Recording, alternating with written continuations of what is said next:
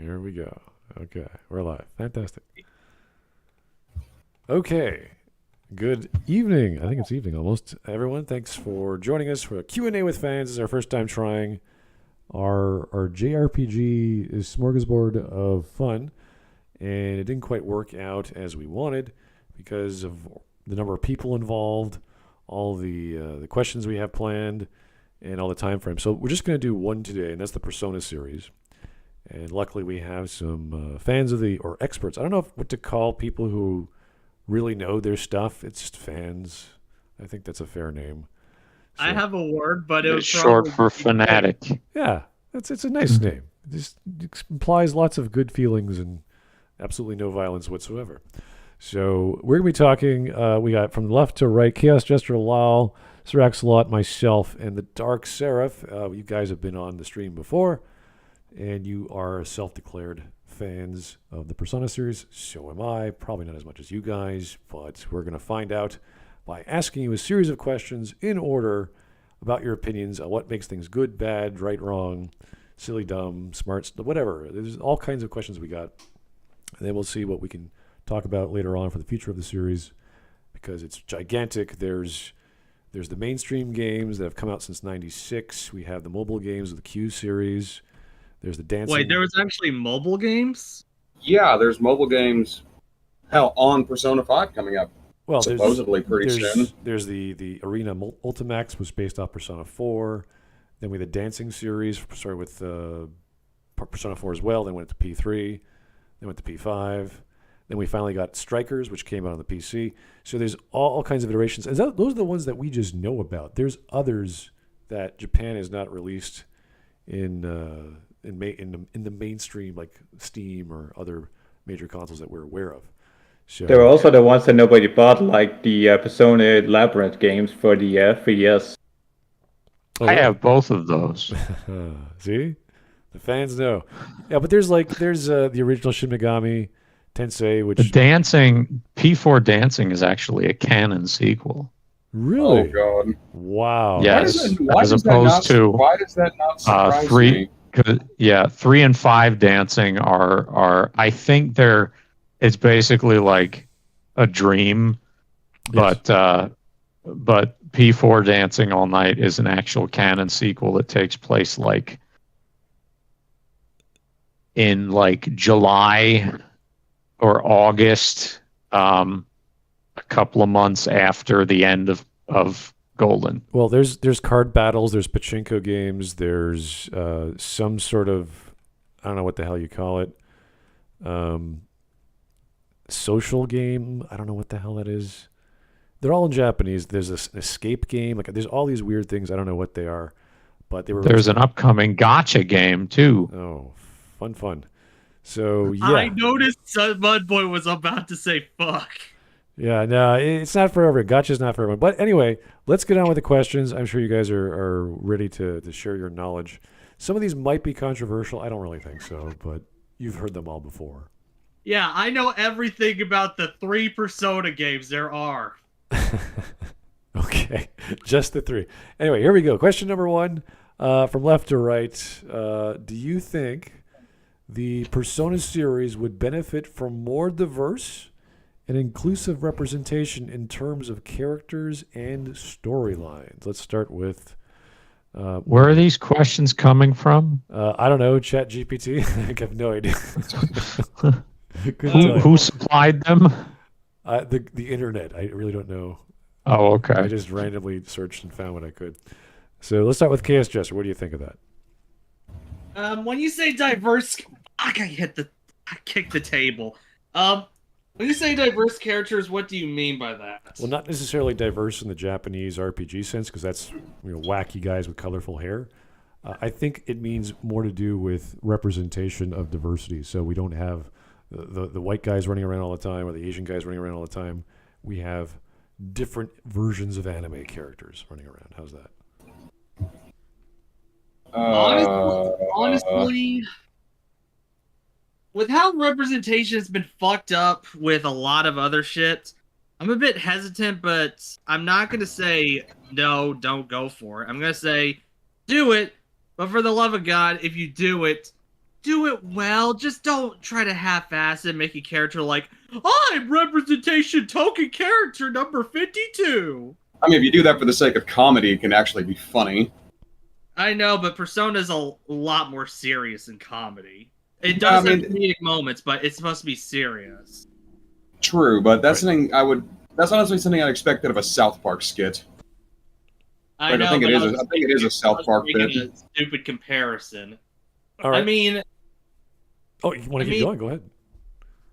If there's one type of diverse character I could think of, I guess it'd be like an American who is talking about how vastly different Japan is from America, and he kind of feels isolated, alone, and it just gets to him mentally, and he just kind of have that with Anne in Persona 5. She's an American immigrant. All right. Oh, okay, let's put things like this. Like an actual immigrant, not like half and half like Anne is, because she is half Japanese. Yes, she's but only she's 3/4 Japanese. Yeah, but she's still an immigrant. She isn't. I mean, like, fully feel very make it feel like the person really looks different from everyone else and really feels the sensation of, wow, I feel alone here. Culture shock. So you're saying there's no particular design or background, just something that would say... I guess if I had to go with something, make a person look like Jake Marshall, I guess, like a Southern cowboy or something. Oh. I mean, that would be kind of interesting to see. Okay. You could even base his persona off of old westerns. That'd be interesting to see. Okay, let's go with Law. What do you think of having a diverse or inclusive representation in the characters or storyline of Persona? I think it's pretty cool because Persona has had a pretty diverse cast since the opening days as a spin-off to Shin Megami Tensei. Like with Persona 2, they had the American, I think it was Elisa, her name was? The blonde chick? That looks like the girl from Death Note. Whose name escapes me? Yeah. Okay. Which version? Was it the Eternal Punishment or was it the other Persona 2? I believe it was Innocent Sin. Oh, okay. I got you. That was the one that came out much later in the... I believe Innocent Sin was when we actually finally got it stateside on the PlayStation Portable. Oh yeah, that had to be around 2010, right? I'll look that up real quick. I know that there was a blonde girl named Lisa, I think? Yes. Okay. And Katsuya and that reporter. Wait a minute, wasn't that the game that had a regular guy just get he got how do I put this? The regular guy went from Asian to Well, that was the first game. okay. I think it was Marky who I was thinking of. Yeah, when you said Persona 2, I was like... Where they turn a character into a black guy, you mean? Yeah. Let me rephrase that. You Google. Yeah, so when you said Persona 2, I was thinking of like Lulu, because she was a very distinct goth chick with the boxing weapon. So it's like, okay, I remember her, but Yes, it released in the United States in 2011, but the original Persona 2, which is the Eternal Punishment on PS1, was in 1999. Jesus. All right. Good to know. all right. That's a big gap. But yeah, for diversity, I think diversity has been cool in Persona for a while. Whilst it might be cool in theory to have characters from different backgrounds in like in the games, I don't think it's necessary. Like Persona has been very good at having characters that are from similar backgrounds, at least initially, and then branch off completely into their own neat storylines. Okay. So diversity. Oh, sorry. Diversity-wise, I don't think that is a major problem, and it's certainly not something I would be looking forward to. Just one example being Shinji like Shinji and Akiko are kind of similar in just how they're raised and their backgrounds, but they are wildly different characters. Most because one of them has a hole in them and the other one doesn't.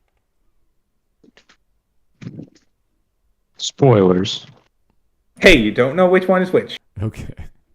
All right, let's go to Saraxlot. What do you think on this topic? Is diversity and inclusion something that Persona should pursue in its next game? I mean, the issue, of course, is, you need to define what you mean by diversity and inclusion. Because if you say, would it benefit from having characters, when we say diversity, do we mean, do we put in characters who are rich and poor? Do we put in characters who are from a number of different backgrounds, and, male and female? Various, characters who are outsiders, and some of them are not outsiders. And I would say, if that is what you mean when you say diverse and inclusive, I would say, it could benefit from that.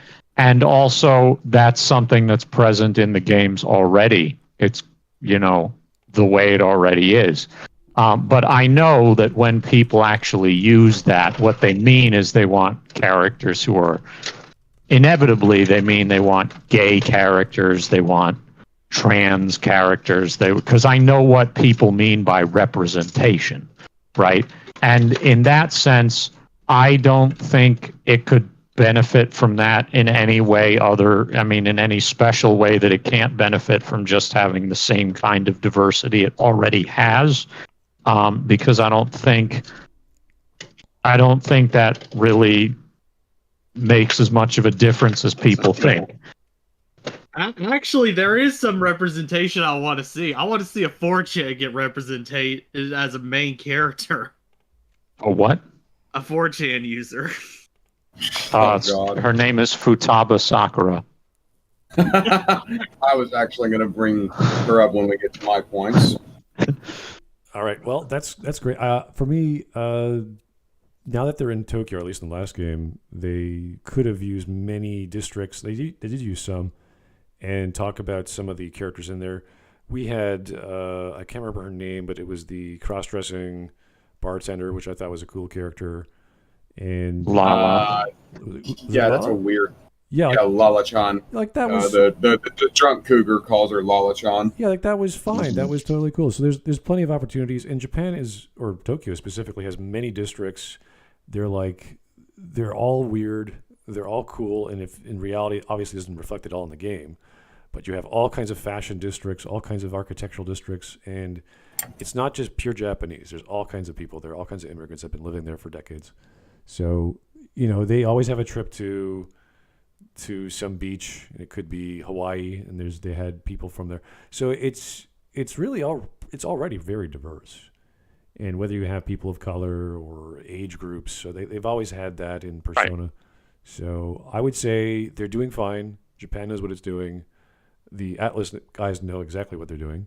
Outside of when they try to get the people to translate the game, they sort of leave it in their hands and screw things up. But that's just Atlus, however they do their. I think. Yeah. Yeah, it looks good to me. Like the games are getting better.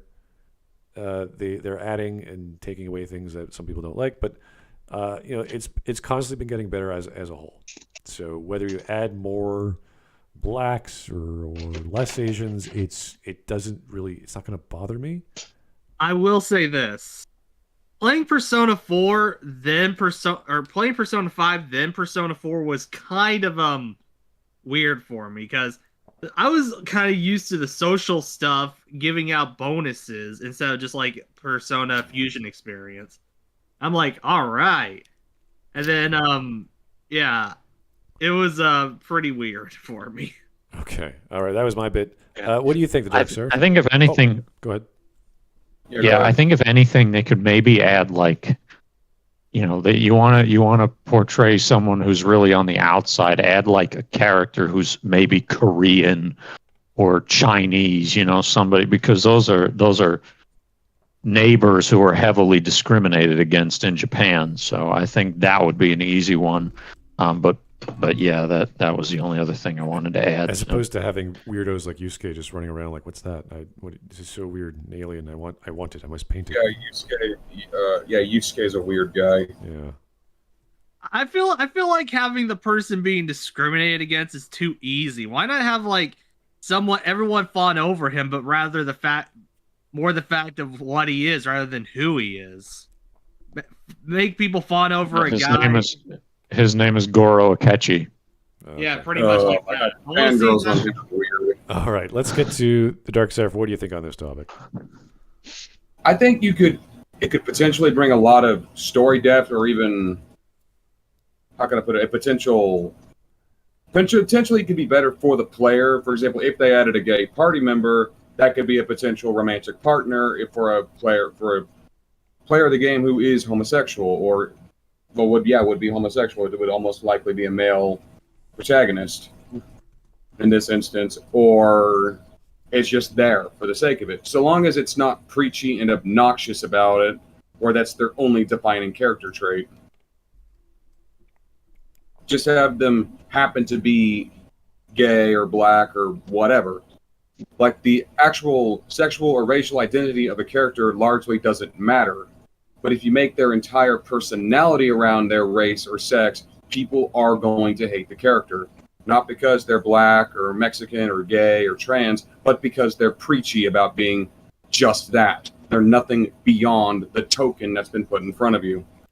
Like, when I go into a game or a TV show, I don't want to be preached at or hear some bitch Exactly. about social qualities and shit. Well, Exactly. One thing that we did learn about, I think it was 2 weeks ago or I can't remember exactly the date, the modders made a female Joker for Persona 5 that they got the voice actress, was it Alex something to do the... Alex Tipton or something? I don't remember her last name, but obviously it's a female voice. And there's dating options with some of the male cast. So I was like, that's really interesting. I don't know if that's allowed. Obviously it's on a modded version, so who knows how Atlus treats that. But we have Some these game options. studios are a little more touchy on the modding scene. Others just largely don't care. Right. So Then you have Bethesda, mods. who relies on the modders. Whoa, I'm sorry, that was me. Atlas has its own world. Yeah, I don't think Atlas is ever going to branch off into modding, but it's happening, whether we like it or not. So that was an interesting topic to talk about. Here's our second question, guys. We're going to start from the left again. This is going to be very easy to answer. Is Persona 3 or Persona 4 the better game overall, and why? Here we go. I haven't exactly played 3, but I know about it. But the fact that you can't choose a party member's actions, I'm willing to go with Persona 4 because I don't want to give myself a migraine and yelling, "Please, for the love of God, heal me, you idiot teammates!" Note to self, do not play Persona 3. That's a totally fair response. I've gotten that a lot of times, so yeah, I know exactly what that means. I don't want to be canceled when I yell internally a lot of slurs when I die to something that was bullshit. Well, Persona 3 Portable, the one you can actually get on Steam and the Xbox and PS4, you do have control over your party members. Okay, thank God. It also cuts out the physical exploration and treats the entire game a bit more like a visual novel. Thank fuck. Well, then maybe I So will it's pick got it up. its- That sounds interesting. Well, that's a good point, because I only said Persona 3. I didn't say Persona 3 Fez. I didn't say Persona 4 Golden. You guys Right. can tell your own examples of that, but everyone has their own favorite versions of the individual games. So, Yep. What do you think, Law? What do you think on the 3 and 4? I prefer 3 a much more than 4. For one, it has a mystery that's a lot stronger than 4. 4 is kind of insulting to intelligence. Like, actually constantly hitting you over the fucking head over and I over know and the over choice again of for a it, rather... but I haven't played it yet. It's a very vapid mystery for a story that is all about a mystery. Whilst 3 goes okay, we just handle the problem as it comes along. And as a result, I also think it deals with a topic that's a lot heavier than 4. And it's a lot more relevant for more people. Though that's not to discount 4's thematic elements. The parts which I really like about Persona 4 is mostly mechanical enhancements, such as getting to pick and choose what abilities carry over makes quests a lot easier to handle than having to save, go into the mystery machine, get a persona that doesn't actually have the ability that you want, having to reload and continue doing that. So stuff like that is really neat. But I don't think those win over the story elements and the thematic elements, which are mainly the reason why I play Persona games. So yeah, I'm gonna go with 3. All right. Fantastic. Zrax, Oh, what do you think? portable specifically, I should say. I got you. I think that 3 probably has a better story overall. I would say that I like the characters better. Probably also overall in 3 a little bit. I mean, I like the characters in 4 a lot as well. That one's pretty close together because I think they both have strong casts. I think I prefer the dungeon setup of 3 to the dungeon setup of 4. In terms of like, I prefer Tartarus over just the randomized P4 dungeons. But I think that mechanically, P4 just polishes a lot more stuff. Persona creation, not forcing you into dating all of the girls. None of that ridiculous time limit stuff with the social links where if you don't interact with a girl often enough, you'll reverse her link and be locked out of those personas. Wait, seriously? Yeah. Oh, That was removed from Portable, but in the get what original and FES, every time once you had a girl, once you were dating a girl, you had to see her every so often or her social link would reverse. And then if you saw any other girls in the intervening period, it would cut time off until it would cut off how much time you had before the social link would reverse. So I like that they took that out of 4 because it doesn't put high-level personas behind, frankly, ridiculous mechanical gating. So overall, I think the winner is probably going to be P4 Golden. But I think they're both worth playing regardless. So basically, Persona 3 for story, Persona 4 for gameplay. Yeah, and it's not like the P4 story is so weak that it's not worth paying attention to. I just think it is a bit weaker than P3. That said, P4 does have my favorite character in the entire franchise. So Naoto? No. Adachi? No. Shit taste. Okay. The grumpy old cop uncle. I get pretty annoyed at Stardew Valley for the whole, you have to talk to them every so often or else a thing goes down, which it just annoys me about that entirely. Like, I get it makes some level of sense, like, you build relationships by regularly talking with people, but at the same time, it's a video game. Well, I'm gonna give my opinion on. Relationships would be broken down if you don't talk to someone in a while. I mean, some of my friends, I haven't talked to them in a while, and I'm still really good friends with them. I'm just not a very talkative person on the phone. All right, I'm gonna give my opinion on this question and be very brief. 4 is my favorite out of all of them. I played Golden. I played 3 and Fez as well. I didn't touch the mobile. My family members has it.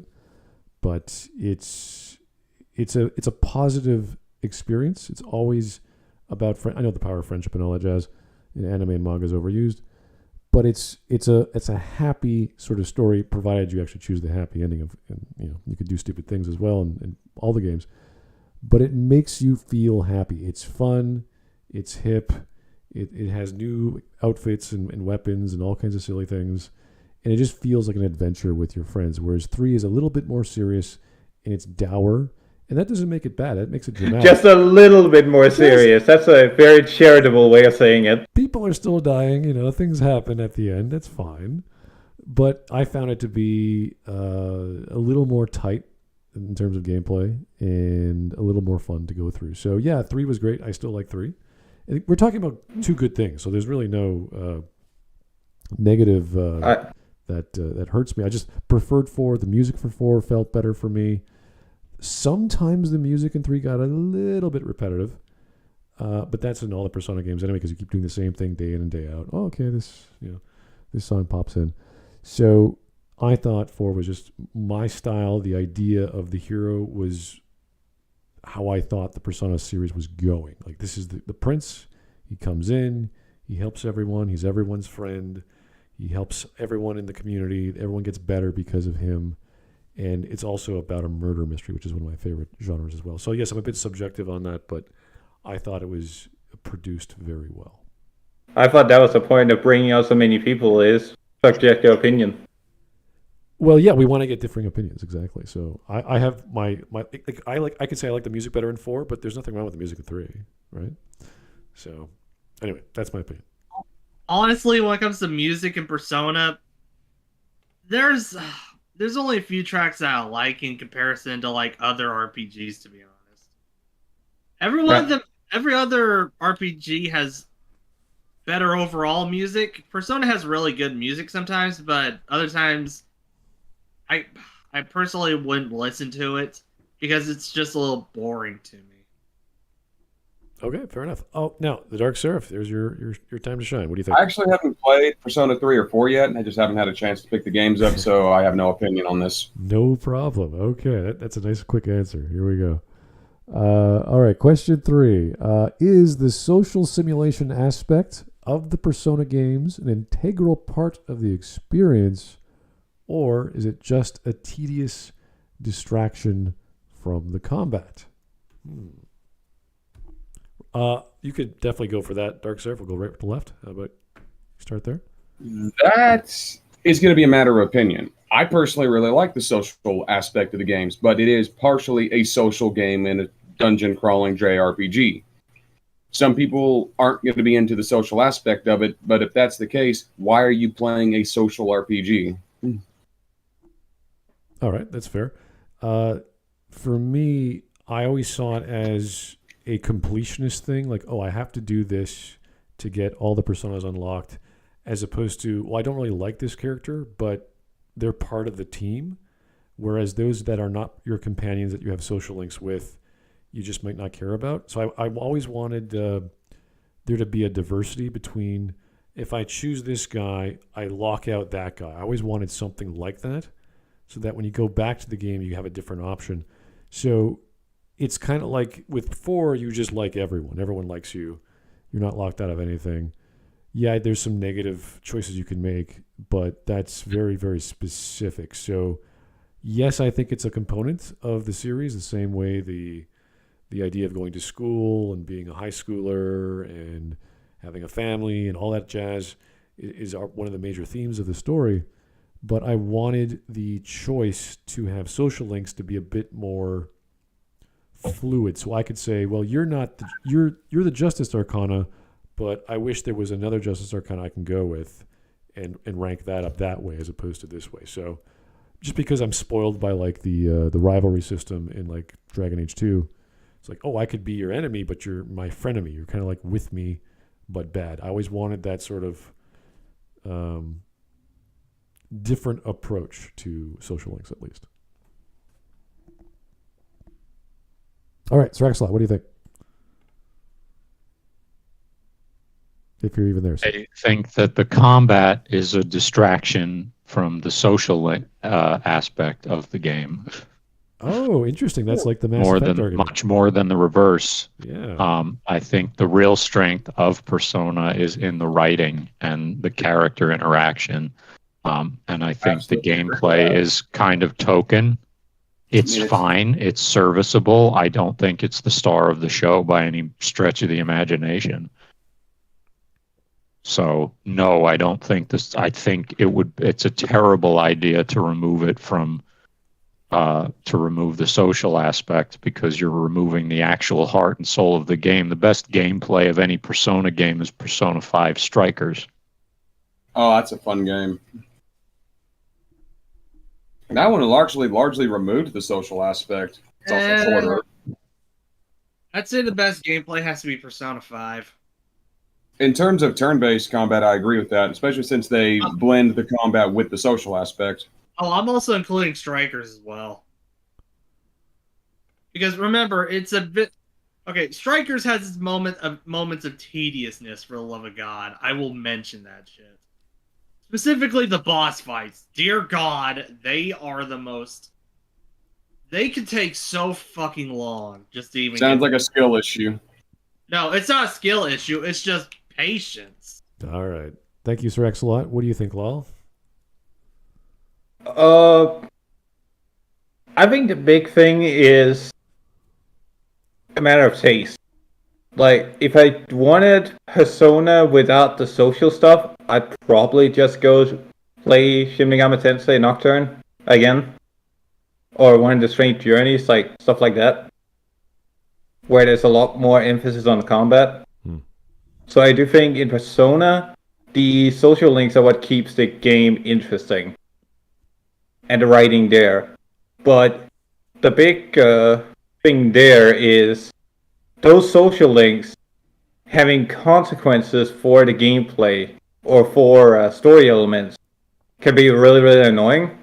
Classic one being Shinji, as I mentioned earlier, in Persona 3, where they do a funny thing in Portable that a lot of people hated, that was locked to exactly one part of the game, where if you chose the other, much more popular version of in the same game, mind you, that events turned out very differently, which is really annoying, like super annoying. So, and it also ties back to, okay, do I actually like these people? Do I actually think they're interesting? Persona 3 had the thing where the deeper you got into the character, the more stuff you found out about them, alongside the storyline, where you were like, okay, I'm seeing an entire new dimension to this guy that I didn't even think about. This is cool. I want to see more about this person. But then you got people like the little kid, where I was like, I don't want to talk to this person. I don't want to know more about them. I just want to have them be put in a box and never touched. Ever. Yeah, I know the feeling. And the same thing happens for Persona 4 and 5, where I'm like, there's like 3 of you guys that I really want to talk to whenever I can, and the rest of you, I'm just gonna talk to you to power up my Personas and give me bonuses. Whenever I played through Royal, the 3 I focused on were Yoshizawa, Akechi, and whatever the frickin' therapist's name was, Maruki. Let's see. And it seems like you always end up in those situations where you're just essentially going down a very similar path to the characters that you like, because the other ones are just going to be there because you want the level up for the Personas. Right, so you can get through.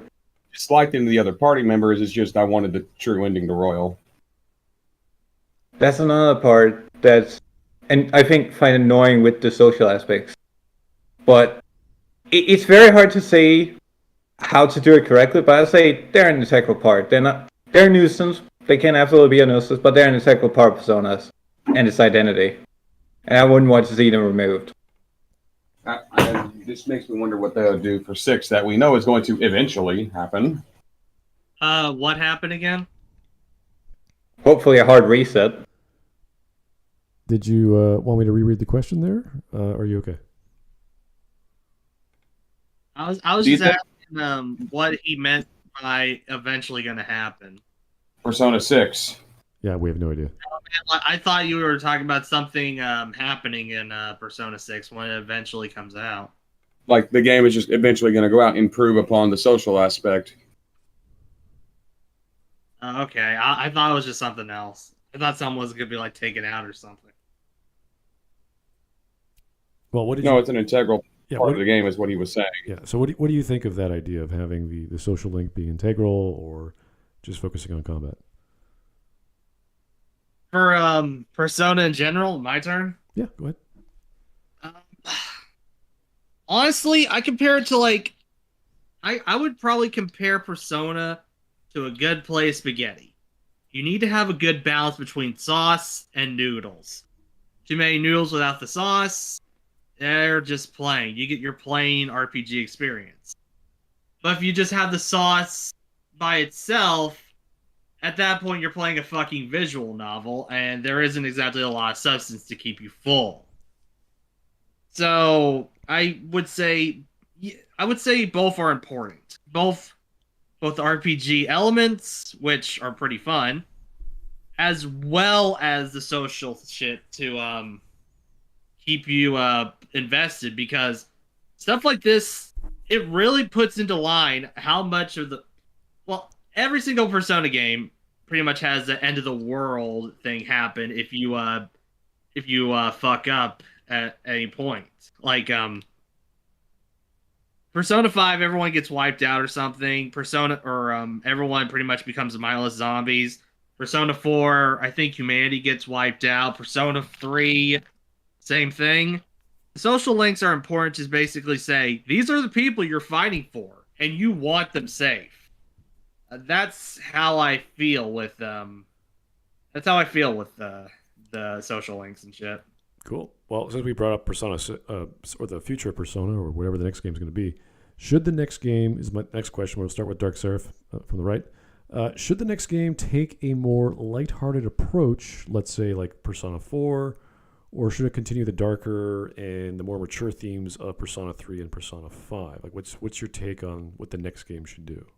I personally really liked the mature themes of Persona 5 because it's an entire commentary on people blindly listening and following to whatever their TV tells them to because of a confirmation to authority. The TV says this, I have to believe it. And with Strikers, the news app on my smartphone says this, I have to believe it. There's no counter to it. Anyone who questions it is wrong, or in the case of Persona 5, they just don't exist anymore.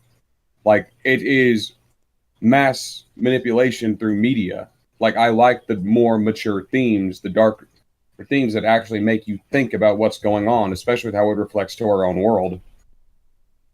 Interesting. My opinion is that I'm a fan of 4. Regardless, with 5, even though it had a more mature and darker series of themes, they still had fun. Like, the characters were still having a good time. They were still teenagers. They were still goofing around and screwing up, and it was still an adventure. So you can Absolutely. So you can get away with murder and killing and the end of the world and all kinds of nasty stuff, and still have fun. So it's not impossible. And it's interesting how I see the endings of the 3 games from 3 to 5. 3 is obviously dark and dramatic and sad. 4 is upbeat and happy. And 5 is kind of like this weird sort of maturity, growth. I don't know where I'm going next, but we just went through a huge, weird ordeal.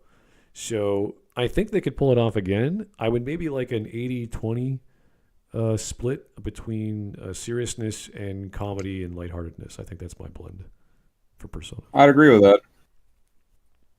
There's a thing about comedy that's really important with seriousness, and that if everything is seriousness, if you're in a serious job or a very grim job or whatever, it's either you go crazy from it or you learn to develop a good sense of humor. I've heard stories about people in I've heard stories about people who worked graveyard type jobs who pretty much have to have a good sense of humor, like mortician or something, I believe. Okay, Sir Axelot, what do you think?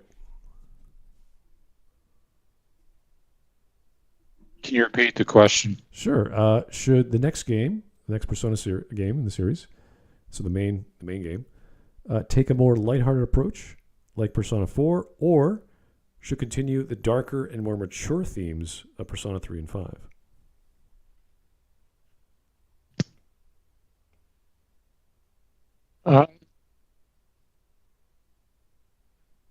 I would say most probably that it should follow kind of in the same vein as 3 and 5 did.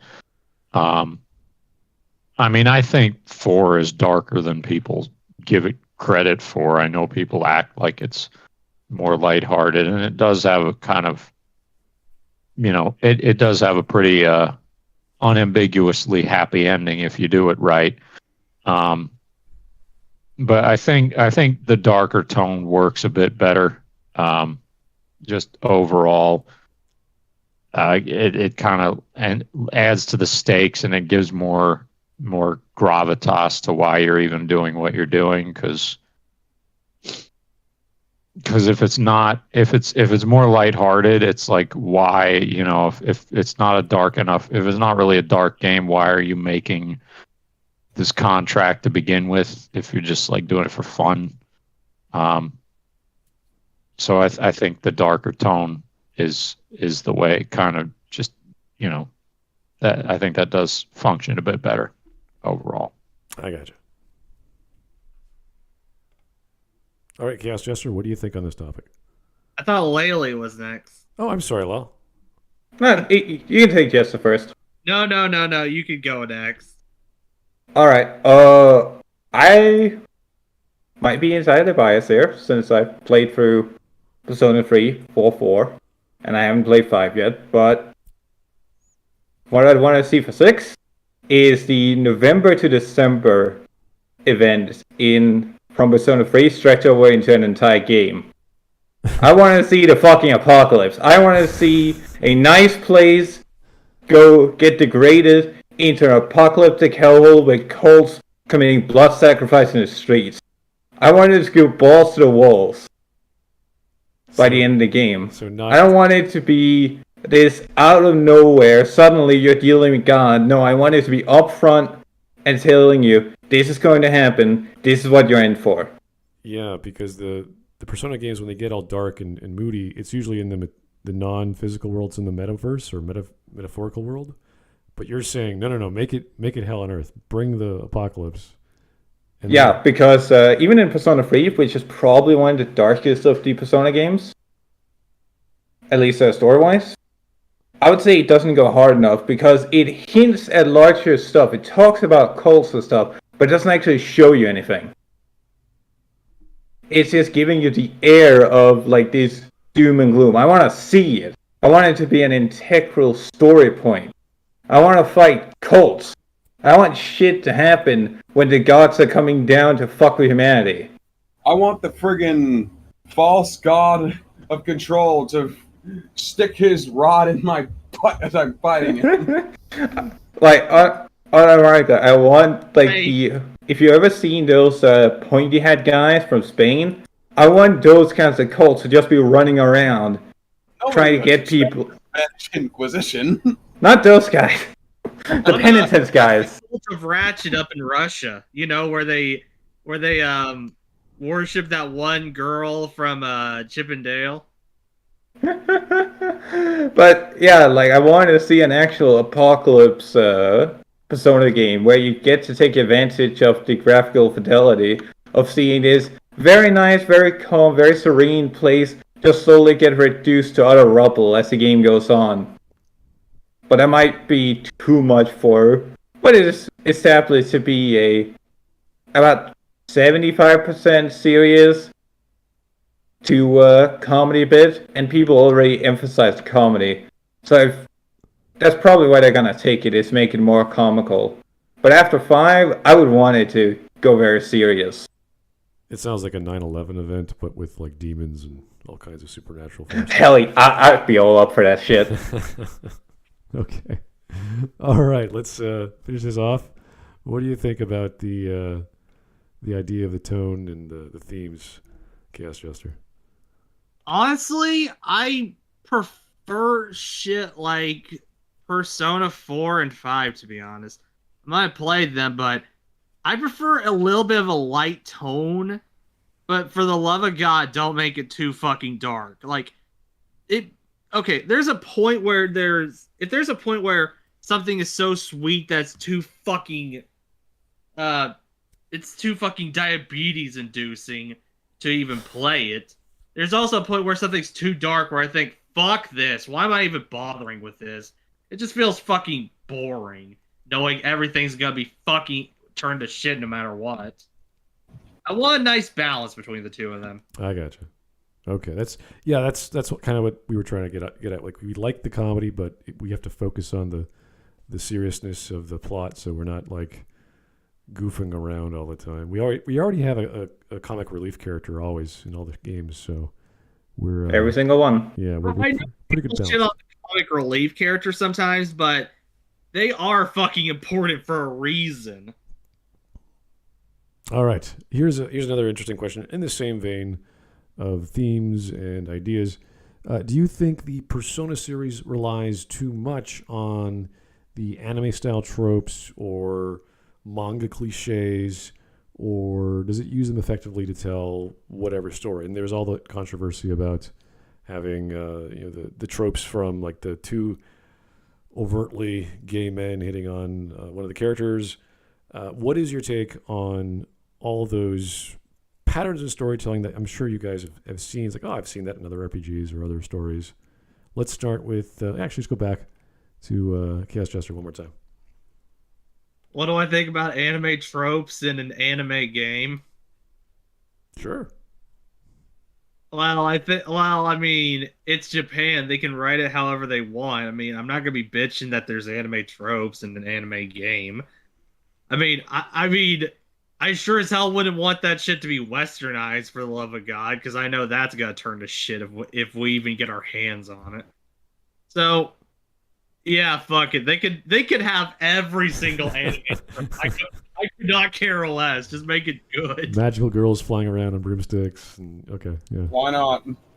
I want to see that. I want to see a fucking magical girl as one of your party members, and then just start chanting like that in the middle of a fight, because that would be funny. Okay, fair enough. Lal, what do you think on the idea of anime tropes and patterns and manga tropes and patterns in Persona? Are they doing too much? Is it just right? What do you think? I want to see more of them. I think big problem is the tropes repeating. Like in Persona 3, Persona 4, Persona 5, you always have the one where the girls or the boys walking on each other. Where in Persona 3 you can choose the option to just avoid that situation, which was a neat subversion. That you can get, like, you can keep your character if you want it to be pure, keep them out of the nonsense of the rest of the cast. I like that. I want to see more of that with the tropes, not less. So I'd want more tropes, more not diverse in that way, but more varied tropes, such as what Chaos Jester suggested.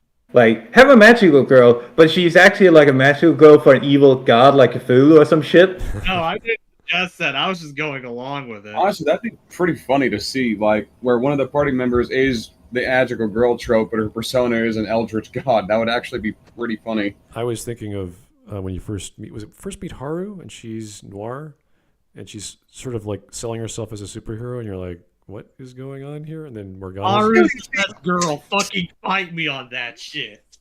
Oh. But yeah, stuff like that would be really cool. I think that's what's made Persona 3 so interesting, was that it was this very anime, very tropey story that had very serious elements about coming to terms with mortality. That I found really cool. Interesting. Sounds like you're about to write a manga on the topic. I didn't mean to, but it's really neat. I really like that. So I'd want to see more different kinds of tropes being either subverted or having a new spin on them, so you can please both sides, essentially what I'm saying. Okay, fair enough. All right, Srexlot, what do you think on that topic? I think the volume that they have now is fine. The series is about as anime as it gets. And I think they don't need to shy away from that. The only thing I don't want to see is another hot spring scene. I think we've had quite enough of those because they're not funny. Getting beat up relentlessly. That's like having a Chinese without rice. I mean, you got to have a hot spring scene in your Japanese content. You gotta have a beach trip in the Japanese content. But I like getting beat up for no reason. Yeah, all the boys are perverts just because they're next to the women's bath. It's like, there we go. Yeah, trying to sneak a look. Slaps. What the fuck happened?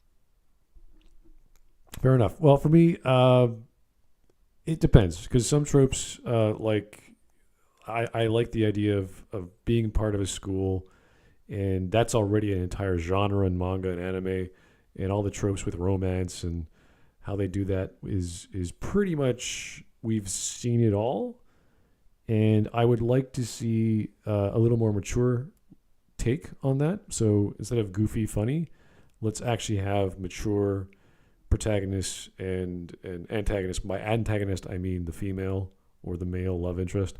So that's what I would like to see. So keep the tropes; they're fine.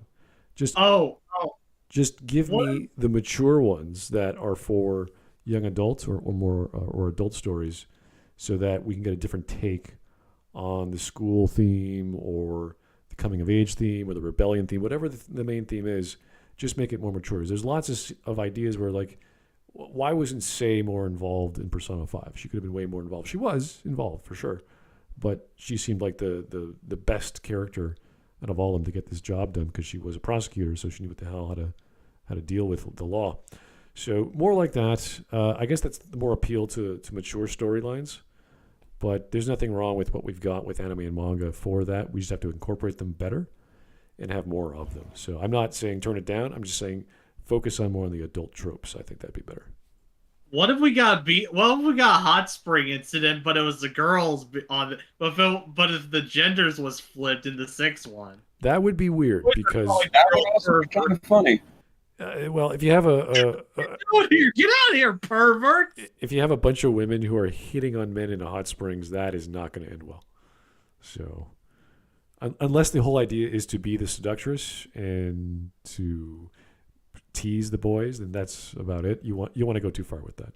So Although you'd have to make the guys completely oblivious to her motives of that just to really add to comedy. but then you got the dumb idiot male who's like, why is she talking to me? This is the boys' bath. What are you doing in the boys' bath? Blah blah blah. Exactly. That would be really funny. I don't like. See, I want maturity. I want the male and the female to go, oh yeah, we're hitting on each other. We're not stupid. We know what we're doing. We're not bashful. We're not shy. We're fighting to the death every night. What are we doing? Of course, we're going to be attracted to each other. So I want a little bit of that in the storytelling. Not to say that Persona 4 with the girls when they were realizing they had a boyfriend or whatever. That's all innocence. That's its own thing. But give me the maturity. Give me the characters who are smart, mature, aren't stupid. That's why I always appealed to the smarter characters in the series. The detectives, the prosecutors, the cops. It's like, oh, they know what's going on. They're not dumb. So, anyway, that's just my take. I would totally love to see a scene where two characters who are kind of... I got the idea from watching a Things People Can't Do from Fire Emblem, and one of the ideas I just thought of is two people who are like the angsty sword masters, pretty much just fighting to the death and pretty much enjoying it. And instead of lovemaking, they pretty much just think a good night is fighting to the death completely. It's like, you in the mood? Yeah. Gets out swords, ready to start fighting. All right. Dark Surfer, what do you think on the idea of anime and manga tropes and how they're used? I mean, it's a JRPG with heavy anime influence. You're going to have anime and manga tropes. It is what it is, whether you like it or not. I'm personally fine with it. Oh. Fantastic. Short and simple. Okay. We're on what question number 1, 2, 3, 4, 5. I think the sixth question. Here we go. This is I wouldn't say this is a controversial question. This is kind of like a common sense one, but it's up to the consumer Should Atlus continue to make remakes and re-releases of older Persona games, or should they focus solely on creating new content? Now, this is could have a one-sided response to everything, because do you really want to spend another $60-$70 on the updated version like Royal? Or do you want it to be ported? Is that going to be new? Is it going to be new content? So they always make a new version with new content, and then the question becomes, should we just wait for the updated version? Now, this could bring up other arguments, like, well, will they just have updates like they have in Steam? Software updates, DLC updates, whatever. We could do it that way. But what is the proper future goal of releasing products through Atlus? Is it to make remakes, re-releases, or just making a new content? That's a good question. We'll start with you. I mean, honestly, if it comes to a remake angle, like there's the rumored remake of Persona 3, I'm fine with something like that. That's an older game. It breathes new life into an older property, even though it's perfectly accessible on current hardware. But I do think it would be best to focus on new content, a new adventure, a new Persona game. Yeah. Okay. I'm of the mentality that Atlus took way too long to release games on the PC, and you could argue that have their business model, it works. They don't want to change things, or they might have exclusivity with PlayStation, whatever platform they have rights to. Now that they have this format, they're going to make people a lot more happy, and they're going to release the games as DLC. They might have like $10 update DLC to have like the Fez or the Royal versions come out. But if they're smart, they won't do that. They'll just have it for free, and they'll keep having their dancing games, their fighting games. They might have a new genre of games. They can do puzzle games. They can do all kinds of things, and people will buy it because now they're more accessible. They're saving money, and they're buying more of a different style of product from the same company. So I think if they do it right, and because all the games have been like, even the Labyrinth games, the Q ones on the mobile, are weird and cutesy, but they're still fun. Like they're different, but they're still fun. They're still all the same characters, all the same jokes, and it's kind of like putting all your eggs in one basket and say, "Hey, here you go, big anthology of all of our characters in the same universe." It makes no sense, but it's kind of like a nod to the fans anyway. So if they can do a game like that and people like it, then they can do releases on Steam or updates to whatever network on console that's for free. So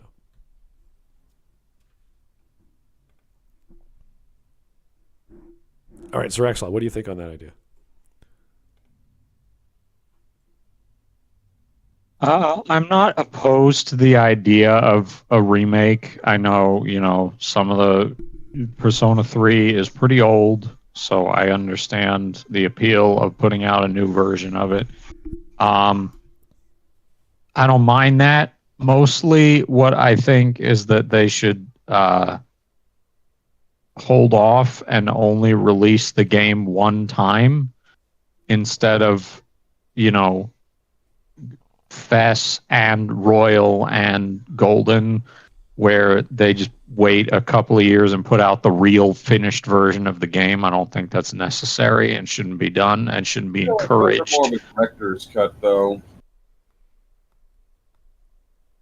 Yeah, well, that's the issue.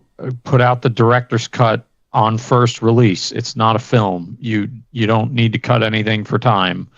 Right.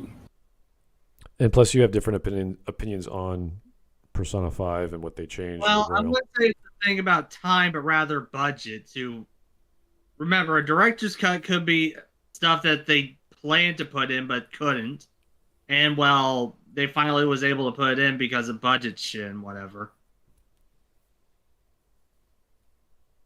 Yeah, but some people, as I've heard Sir Axelot say before in the past, that you prefer the originals to the remakes in many cases. In the case of Persona 5, yes. I prefer Golden over Persona 4 Vanilla. And I would rather have control of my party, so I would rather play Persona 3 Portable. But yeah, I tend to prefer the originals. Because I think oftentimes remakes of a lot of things can lead to the thing being stripped of its original personality, and making it more homogenized to whatever the cultural zeitgeist is at time of remake. But that's a little bit further in the weeds than just Persona. So Yeah. So what do you think, Lala, about this idea of releasing games as remakes, or should they just focus on making new titles?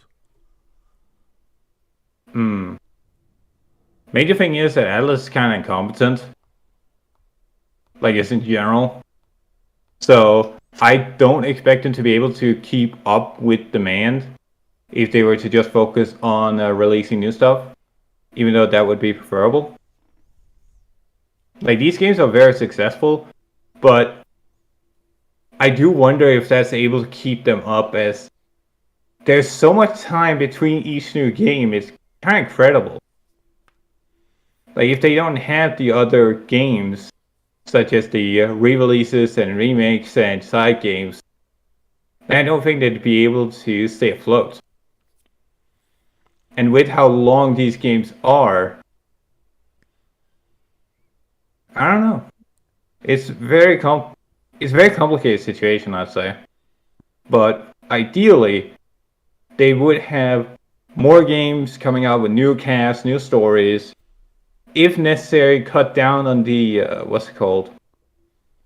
the implications of the games, like consequences. They can cut them down if they need to, because Persona 5 went fucking above and beyond in terms of stakes.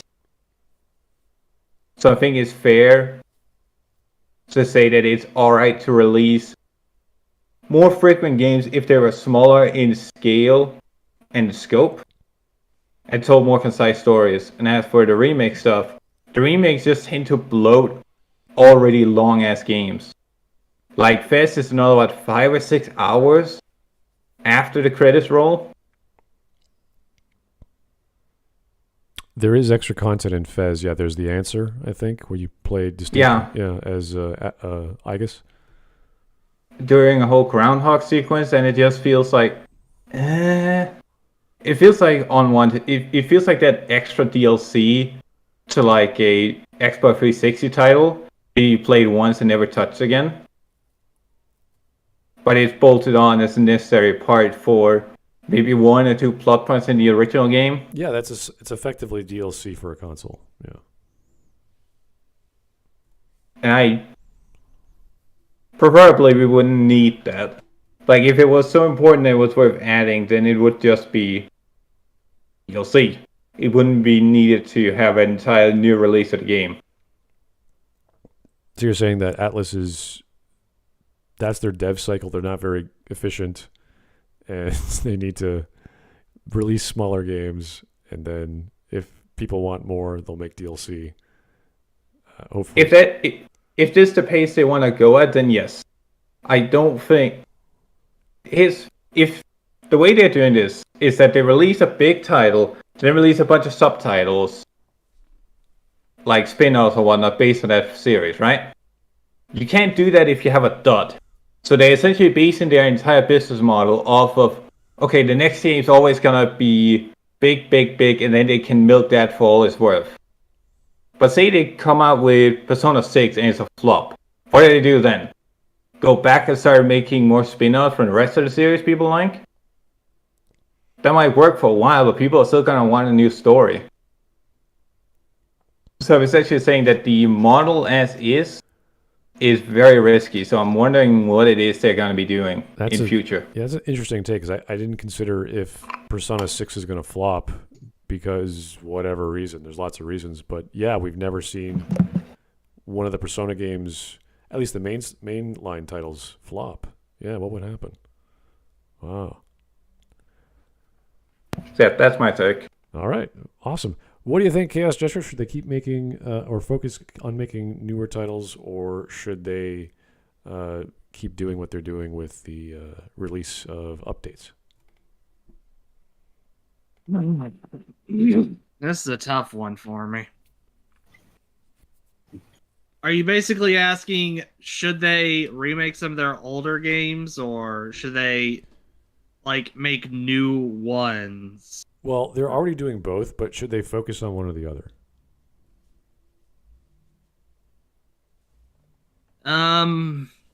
Really, I would say both, if I had to be honest. Because So- I know the original Persona games fans are probably begging for a remake at this point. But a remake could also fuck up shit as well. Well, I think Persona 5 and its strange new antagonist was a. I don't know how to characterize why they did, like. It was like, oh, this is more game, and you're like, okay, just like Persona 4 had Marie and her storyline, fair enough. But it was a whole other issue, like a whole other thing to do with the ending, and that sort of changed the stakes in a big way. So it's effectively a different plot at the end. So that is weird, yeah. I would love to see them make new games, but I would also like to see them do something with their older games. How about that? Oh, so more dancing, or maybe racing. Persona Racing would be an idea. I was thinking more like do what they did with Metroid Zero Mission and release like I guess you could say release there's like a unlockable shit like, oh, you completed the game with something requirements. Well, here's Persona 1 as a bonus or something like that, you know? I thought maybe Persona Vacation, where they all go and play beach volleyball or go-karting or golf or like mini putt, like something like that would be fun because it's cute and it goes along with the lightheartedness of parts of the game, at least. Persona version of Mario Party. Well, let me Maybe. just put things like this. What would I'm- the mini games be? I'm Who unfortunately knows? a bastard who has to deal with the fact that the parent company produced stuff that is never going to get acknowledged in future shit, or probably never acknowledged again. Rhythm Thief, Skies of Arcadia. Dude, chill out with that. I know, but so I understand the pain that is dealing with that shit, but I still want them to like make new stuff if what they did, because I enjoyed their work on Persona 4 and 5. All right.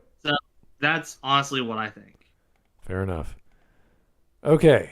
This one is a very specific character question with Persona 5. If you haven't played it, don't worry. Just skip it. Is the character of Akechi from Persona 5 a well-written and complex antagonist, or is he just a poorly developed edgelord? We'll start with you, sir. Chaos Jester? Okay. First off, did you play Persona I 5? He's an edgelord in the fucking slightest, because I read some context about his shit. He basically worked his motherfucking way to the top. He was pissed off that he was an abandoned child. Or rather hated because of who he was or how he was born and shit. I understand completely with his plight now that I know the context about being born a bastard child effectively meant you were fucked socially. So he managed to crawl his way out of expectations and, become a very famous detective. Of course, his plan for vengeance was kind of silly, but at the same time, I understand that because of his frustrations, he wasn't in the right mental spot to think of a good plan to pretty much, tell his father to go fuck himself for what he did. So that means he's good. He's a good character. He's complex. I'll say that. All right. I like him. I really do. I wouldn't say he's one of my favorite characters, or rather the best character of all time, but he is definitely a good one. And we're talking about the original Persona 5, right? Yeah. I've only played Royal, but yeah. Changed in Royal to the original. Well, I also played Persona 5 on my laptop. I tried to emulate that. RIP my sanity dealing with single frame rates. Yes, I played that shit even when it was at like 7 frames per second. Oof. So yeah, I know a little bit. I know Akechi's shit and all that. I still sympathize with the fucker. All right, that's great. What do you think, Lal, about Akechi? Is he a well-written character or not? I haven't played the game, so I'm gonna pass. No problem. Okay. I don't trust other people to tell me about an antagonist because either they are not gonna care about him or they're gonna simp for him and are gonna completely dilute what the story is actually telling you about them. Similar to Adachi, where if you took Adachi just from how fans receive him, you would get a very different idea of him than if you played the game yourself and hearing what he has to say about the things he did.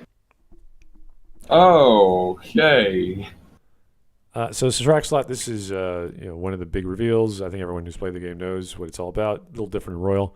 What do you think about Akechi? Was he a well-written character, or is he just some sort of weird, angsty kid? I think Akechi sucks. I thought the twist was not well foreshadowed at all. Actually, I think it was made way too obvious. I think his motivations are lame. I want to be special is not fun and interesting character motivation, and that's all it is. He's basically Kubo from Persona 4, but with daddy issues. And I can't stand him. And I think his social link in 5 is obnoxious, and I hate it. And I don't think he was redeemed at all the way people act like he was. I think he's a little bit more tolerable because they don't pretend he's sympathetic in 3rd semester. Although the game itself heavily corrects and assumes I really want him back a lot more than I do. Interesting. I have a mixed opinion on it because of what they did with him in Royal. And if you guys don't, I'm not going to spoil too much, but he kills quite a lot of people. And that is kind of a big deal. And he kills some main characters' family members, and he does a bunch of other sadistic stuff, which I'm not going to talk about. So it's like, oh, okay. You just did. Well, we mentioned it briefly. So it's like, okay, what do we do with this guy? And this is kind of the point I wanted to get at with my previous answer to the question of social links. If I could choose a different social link character, that's what I would want to do. So that's how if they dealt with the gameplay option, I would have liked him better. Say, okay, you could still be your evil, crazy person, and that's fine with the story. I'm going this way, gameplay-wise and social link-wise. That's what I want. So if they allowed Akechi to breathe as the crazy villain he is, and given me the option to go any direction I want with him, I would have been very happy, and that wouldn't have changed the story in any way. So Okay. Can I mention one thing about someone needing an interesting motive for being a villain? I don't think that someone needs an interesting motive, but rather a motive you can understand to become a villain. Because villainy takes all types of ways. It's easy to go into villainy. Let's put things like that. I've seen people go into villainy and for different reasons, or unintentionally, or intentionally or unintentionally. Like I know someone that pretty much was like one of the better people I know, and apparently he fucked up his life with drugs and shit. And one of the things I can understand about is that drugs is hard to, get out of your system, and that it controls you. So I'm more of So something like, oh, he was a drug person when what doesn't sound interesting, but it is understandable if you know someone in your life that. I prefer someone that you can understand why they turned to villainy rather than interesting motive at the end of the day. That's what I'm trying to say. I'm not the best at explaining myself. I'm sorry. That's okay. I just like Smut's very libertarian take on, I'm fine with you killing people, and even some of my best friend's family members, but could I not rely on you to level up my justice card, please? Yeah, I want my New Game Plus to be like, well, I know it's going to happen, so I'm not going to go anywhere near this person. So yeah, I wanted like an alpha protocol option. It was like, I know this guy's the bad guy, but I'll play along, and then at the end I'll turn him over. That's what I wanted. To be honest, I'm under a different mindset because I've heard of a story about a person who was actually tried to redeem himself and actually was more of a passive prisoner at that point. He was a children's book author, but he still did some shit and he was sentenced to death. But he wrote children's books and pretty much redeemed himself. So pretty much people were trying to call for his release. Even the Pope, I believe, tried to tell the warden to release him, but he sadly didn't get released and died of execution. Well, if somebody's on death row, he's already been sentenced. There is no releasing them. I know, but it's still a little sad. And I'll admit, I'll be the first. I understand why people don't like Akechi because he kills people, but at the same time, I do want to see him redeemed. I want to see villains try to redeem themselves, to be honest, because redemption is one of my favorite things in video games. Well, that goes along with the dark themes that I think we all want to see, and that's part of being. Yeah, like one of my favorite characters of all time is Anakin Skywalker because I loved his fall from heroism to villainy to redemption.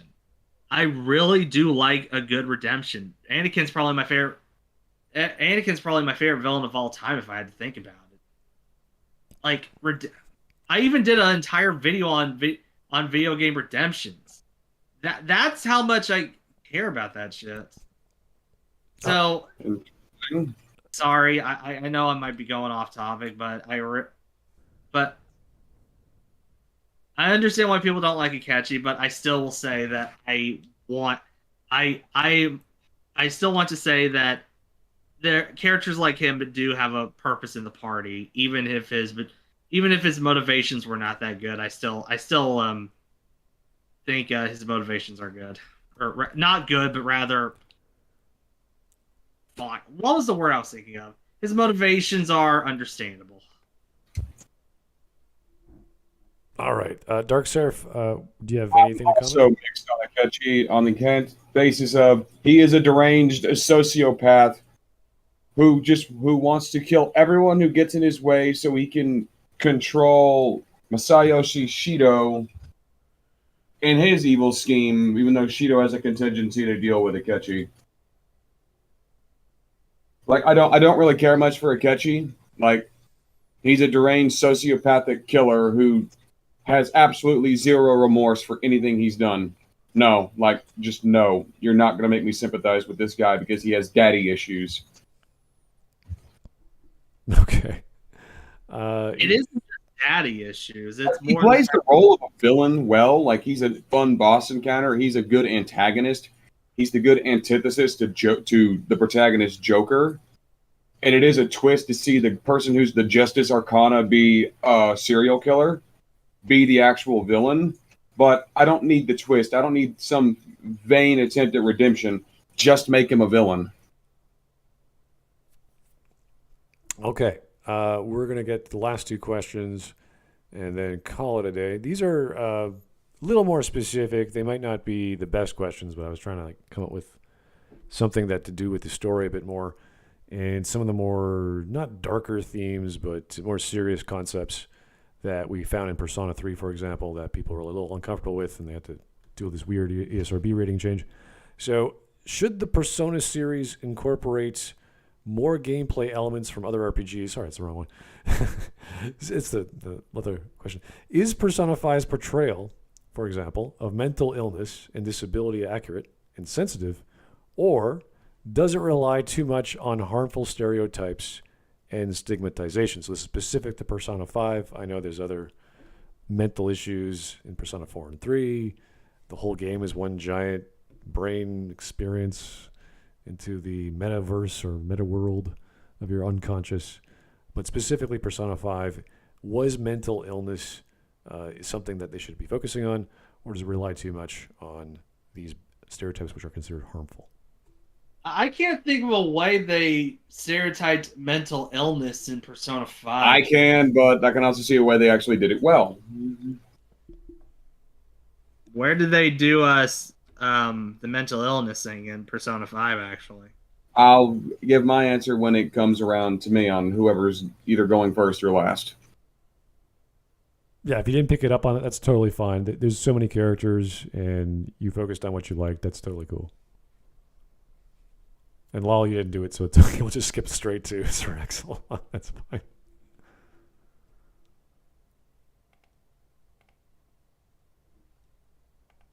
If he's there. Hello? Sir Axelot. Sir Axelot. Maybe. Sir Axelot. Sir Axelot. Well, we can go straight to Dark Sir if that's the case. Go right ahead, sir. Personally, there's two people, at least there were two that I noticed. They were Futaba Sakura and Yusuke. I don't remember his last name. Yusuke definitely came across as autistic, where he's kind of the weird art guy. He wants to paint a nude painting of An Takamaki, and he's completely oblivious as to why she might be uncomfortable with that. He's a weird artist and has a strange obsession with lobsters. Like, he's socially inept in a lot of situations. And that can come across as insensitive, but it's also comical at the same time. I mean, I have Asperger's I've dealt with. I can be socially I can be socially stupid as well. I didn't feel like he was offensive in the slightest, to be honest. Like, it wasn't, I don't think it was outright trying to be offensive. It was mostly played for comedy. Like, he's just kind of a weird guy. Yeah, I don't think I would associate him with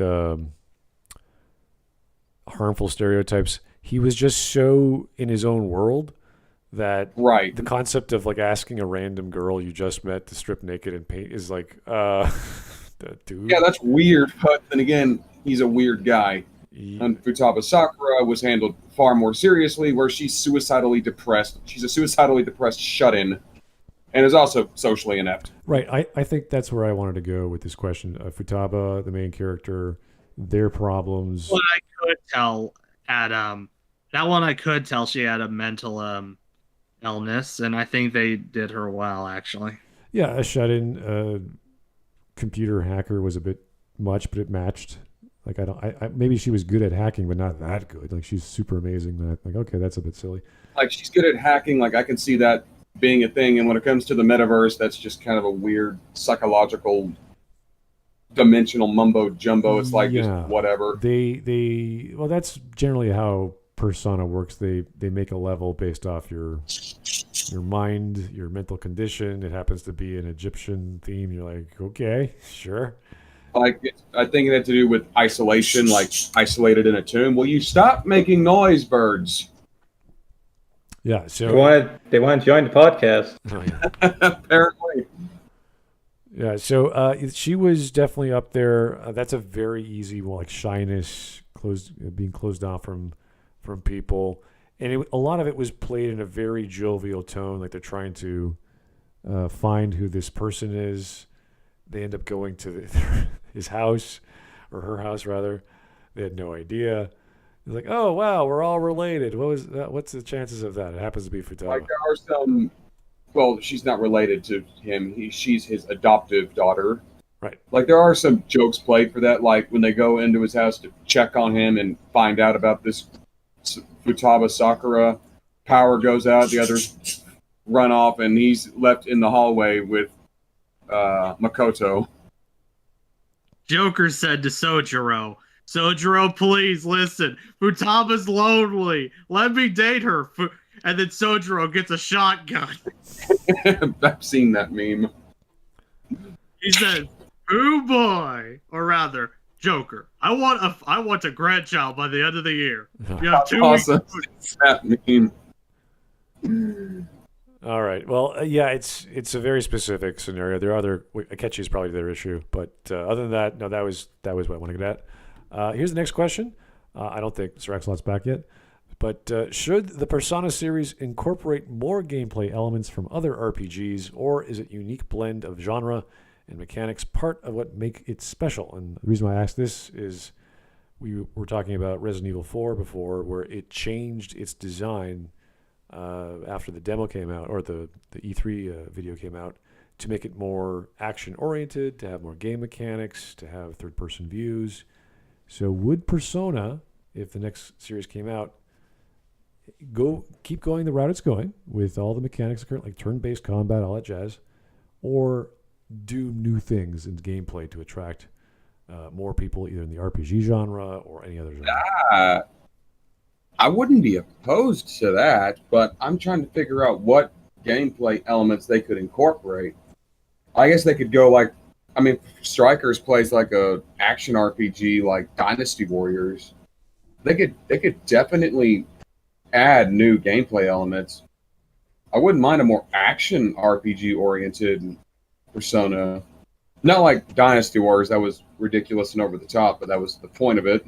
Right. The issue is that because they've already experimented with other genres, that they still want to... They could absolutely make a Persona game that's not turn-based and actually make it work, have an engaging story, because Strikers, despite being stupid and over the top, has a good story, and its themes on jails are more centered around trauma rather than selfish corruption.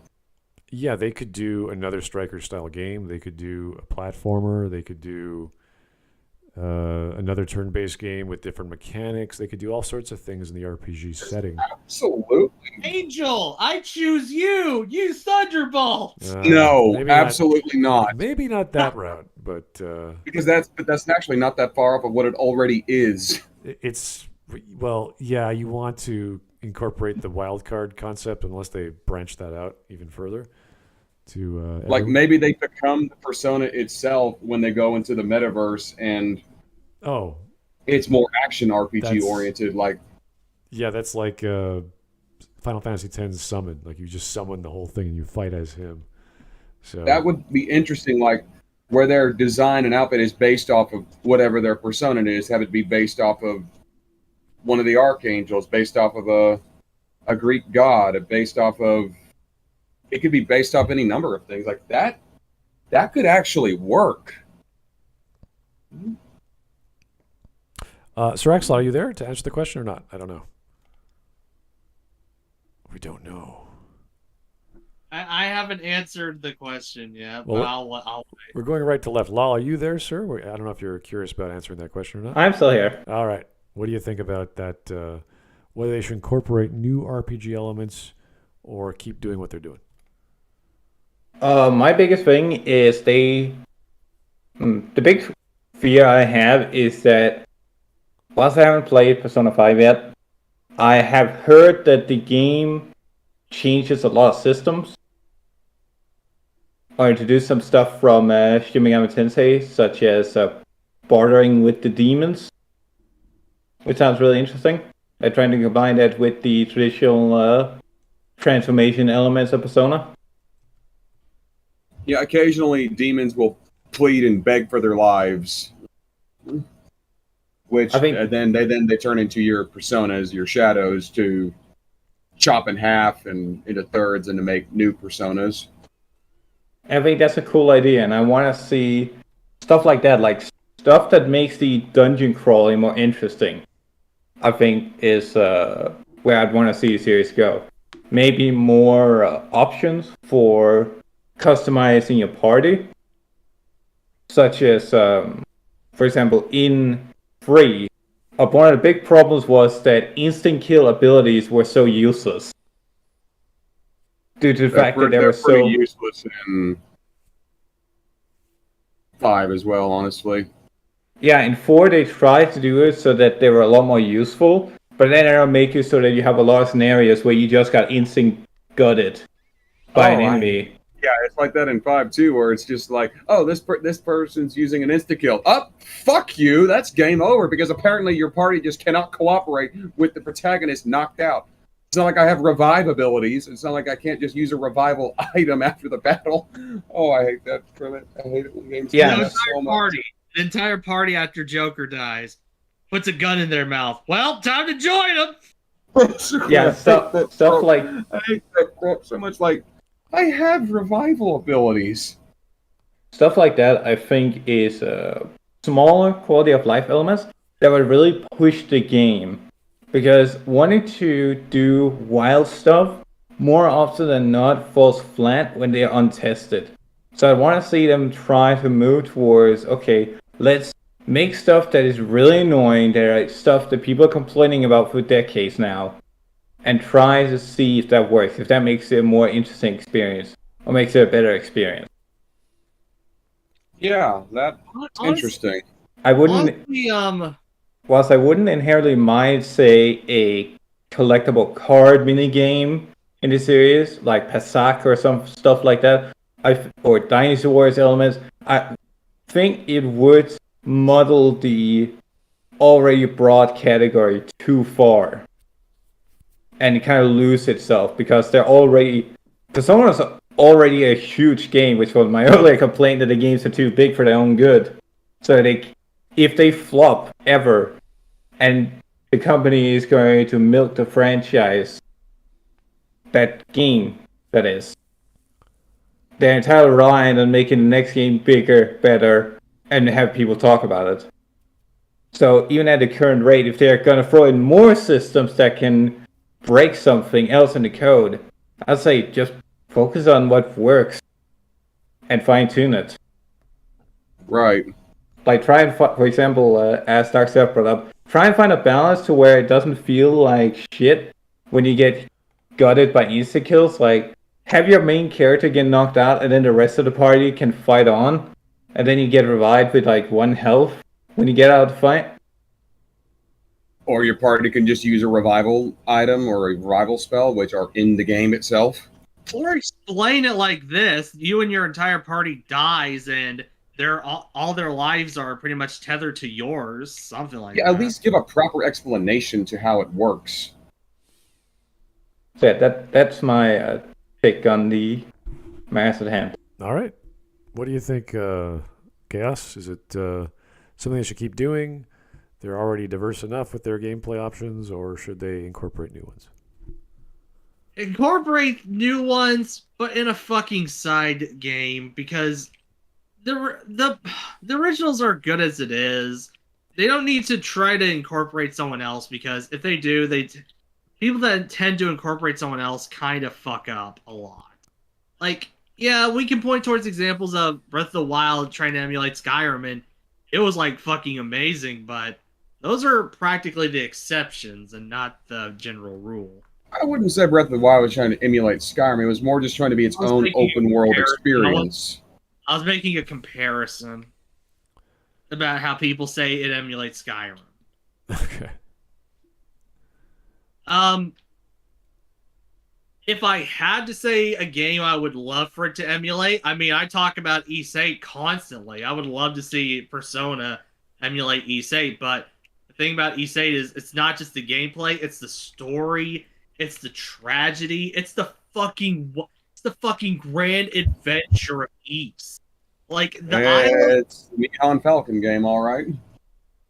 it's like the island is probably one of the best places to explore. I could talk about that shit for hours. And you do. All right. Here's our last question. We have a second one if you guys want to keep going.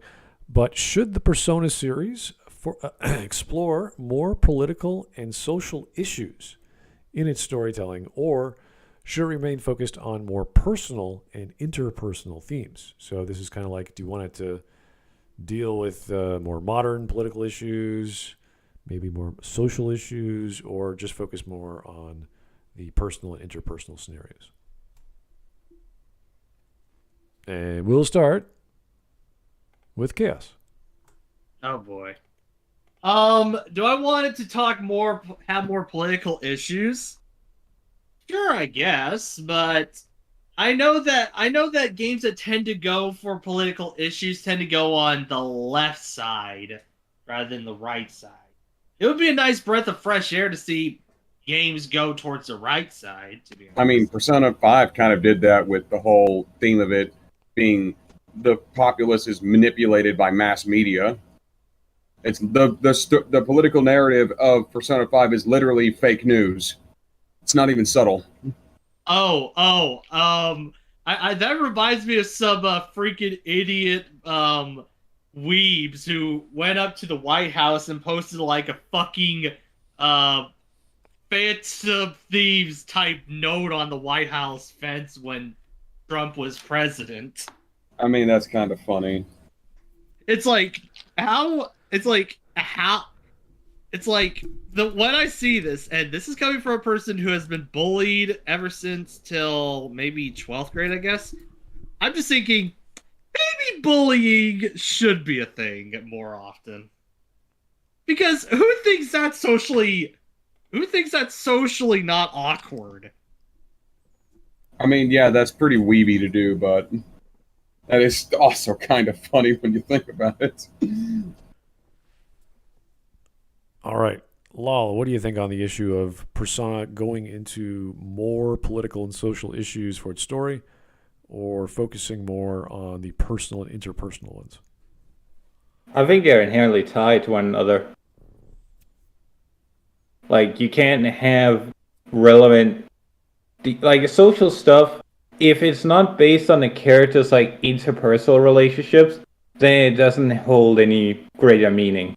Doesn't really have any weight. At that point, it's just preaching. Interesting. Like, if it's not tied to the characters, then I don't want anything to do with it. Like, the cult stuff that I was talking about earlier, the reason why that's interesting in Persona 3 is because all the characters feel like they are in an alien environment now. In the streets that they felt, safe in. Right now, they are seeing flyers about death cults everywhere. Now they need to embrace the end, and they talk about how they don't know how to think about all the stuff going around them. If that was just a commentary about how society sucks, like, the characters are not focused on it, or it doesn't really bother them, or they don't commentate on it, or stuff like that, I'd be like, this is fucking lame. This is boring. So I'd love to see them do more, put more political human issues, like more thematics. That's why I think 3 and 4 bounce off each other so well, is because they tackle different elements of humanity. Where 3 is a lot more, what will you do when the world ends? 4 is a lot more small scale, but at the same time feels like the entire world could be at stake, despite literally just being a small town murder mystery. And that's what I like about 5. They do tackle a lot more of the bigger political issues, like how people are treated based off of criminal record, social status, or just blindly following whatever the media tells them to follow. Yeah. I'd love to see them they deal can with... absolutely do it well. And considering it's a JRPG that doesn't fall into Western woke ideologies, I don't have any issues with them doing something well. Yes, I'm certain that there's JRPGs that are left-wing preachy. There's no doubt in my mind there's some out there, but I haven't played any of them.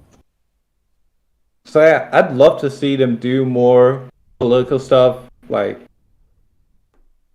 ideological stuff, like stuff that really makes you think, makes you wonder, gives you an experience like Persona 3.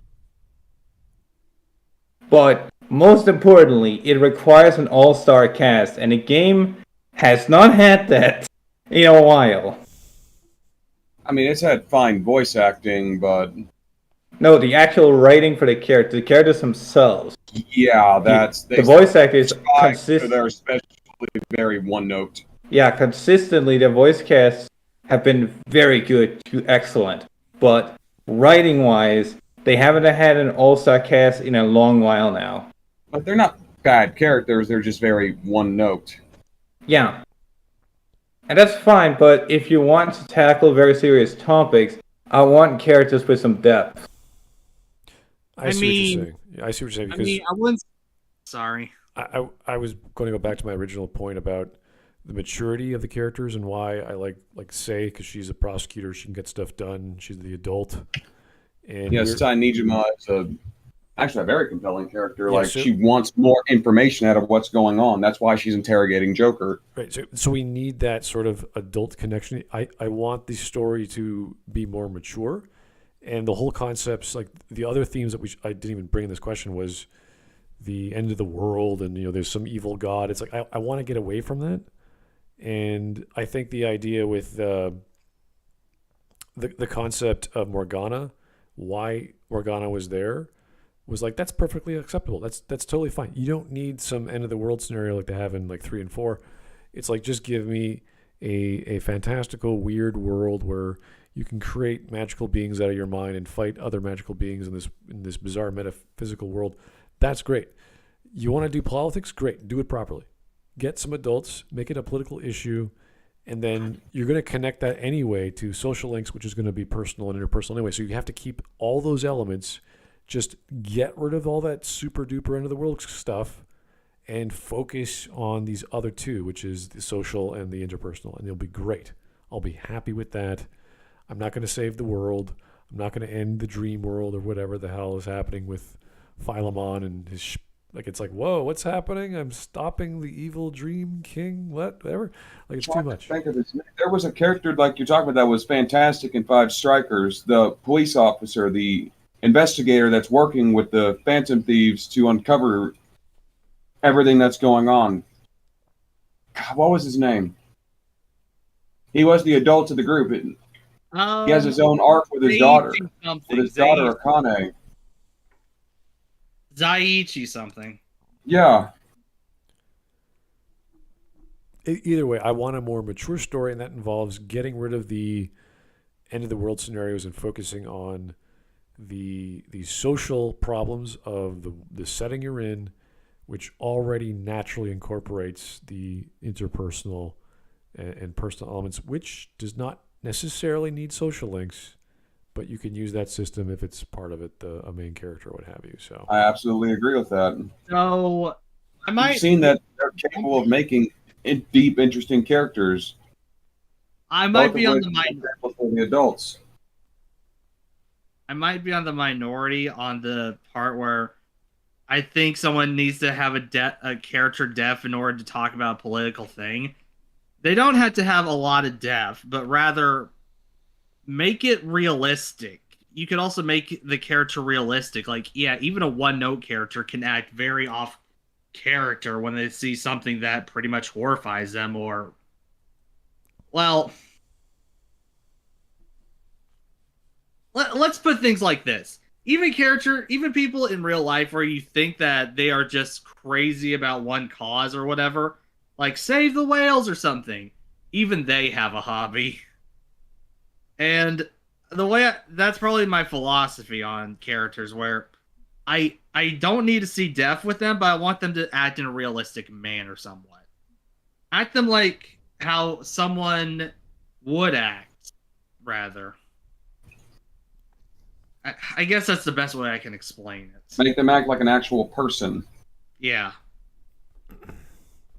okay, I think those are all the questions. I have one more. This is kind of like a cheap shot at other fans. We don't have to answer this, but are Shin Megami Tensei games as good as their Persona spin-offs? Yes or no? I've never played the Shin Megami Tensei series, so pass. I heard that they were fucking hard as hell. I've heard they're brutal. Here's the thing. I don't care rather Direct if them they up. are as I care more about if they are as Still not alive? accessible and fun. Smut, you want to go for that one? What do I think of the Shin Megami Tensei games? Yeah, are they as good as the original games? They feel like they're 20 years old or 30 years old at times, trying to make them modern. And they're distinctly Japanese. It feels like you're back in the 90s, but with really bad graphics or an updated graphics engine that doesn't look right. And it's out of place, honestly. Some of them are great. Nocturne was weird, but that's the point. So it's like, okay, I see what they're trying to do here. Okay. You mind if I ask a question for everyone? Yeah, go ahead. For any of the Persona games, who was your favorite party member that you kept in your party constantly? Like, from any of the games, who's the best party member or the one you keep in your party at all times? For me, it was Igus. Dedicated healer. Igus was great. She had that mode where she goes crazy and beats everyone up. Yeah, no, there's you would switch it up every time depending on the battle. So, Like, that's not even just for me. It's not just a persona. Like, if there's a dedicated healer, they're in the party. End of discussion. yeah, like Makoto is the most well-rounded character in 5, so she could do a little bit of everything, right? Yeah, Makoto is. She doesn't. Her healing arts aren't as good as Morgana's, but she has a little more variety in her healing arts. Yeah, it depends because 5 you would focus more on the guys that do melee. So Yusuke had the all attack melee. What's his face had the pipe, so he hit harder. So you're saving. Ryuji? Yeah, Ryushi, he had the he pipe. was Yeah, so more focused on a single target. Yeah, exactly. So you wanted to use them the most because they used attacks that did not involve SP. So you wanted to like conserve, and then you'd switch out when you had to. So yeah, it's all about strategy and tactics, and it wasn't just always one character. Unless I was playing 3, then I always wanted Igus.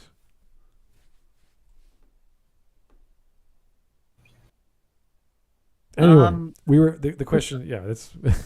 You guys don't want to talk about Shin Megami Tensei. That's totally fine. If I wanted to pick a Persona game, Persona 4, I always kept Yosuke in the party at all times. He was practically like the best character, if you ask me, outside the main character, because, well, main character's obviously the best. Though when Naoto got in, I enjoyed using her and the fact that she can one-shot kill everybody. Yeah. Persona 5. Let's see. Ryuji, I believe, was in my party. I know Haru is somebody I keep on my party 24/7 because I mean she's practically one of the better characters when she joins. She has psychic powers, which if someone's hit with a Kazaz condition, that does a shit ton of damage. She's heavy.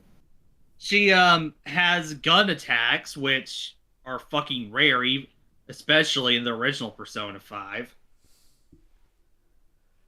And she pretty much has some really good fucking skills overall, especially if you get her final level in Royal, where she has a "fuck you, you don't take damage" button.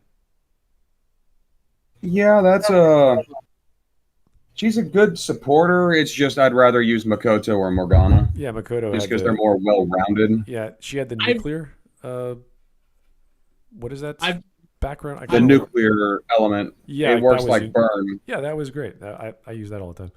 So I actually went through the entire Persona 5 game without using Makoto that much, actually. Well, you played through it wrong. No, I beat that shit. What you talking about? Right. You did it wrong. You beat the game wrong. All right. I think we're going pretty long enough. That was not bad. I don't know why I put Resident Evil as the game here, but let me just fix that. That may have just been That may have just been something left in your clipboard. There we go. There's also other RPGs I could talk about, like Monster Hunter has some pretty good ones. Well, we're gonna end it there today with Persona. Thanks, guys, for tuning in. Siraxlot, if you're still there, thanks for joining. We will talk to you guys later. We're not sure we're going to do another one of these JRPG streams. It's a little hard to organize. People have different times, and getting everyone together is a bit tough. But Tomorrow is Anime Day. We might have a specific anime video for you. We don't know yet. We'll find out tomorrow. But thank you to all my panelists for joining in, whether you're here or not. This is always a fandom thing, so we love talking I should about clarify, I was joking about there should be bullying when I mentioned that Persona 5 Phantom Thieves on the White House thing. We got that, Abby. I know, but there's going to be some people that think I was being serious. I right. doubt it in these. I doubt it in these comments. All right, so thank you so much for tuning. We'll talk to you guys soon. Have yourself a great evening. Bye-bye now.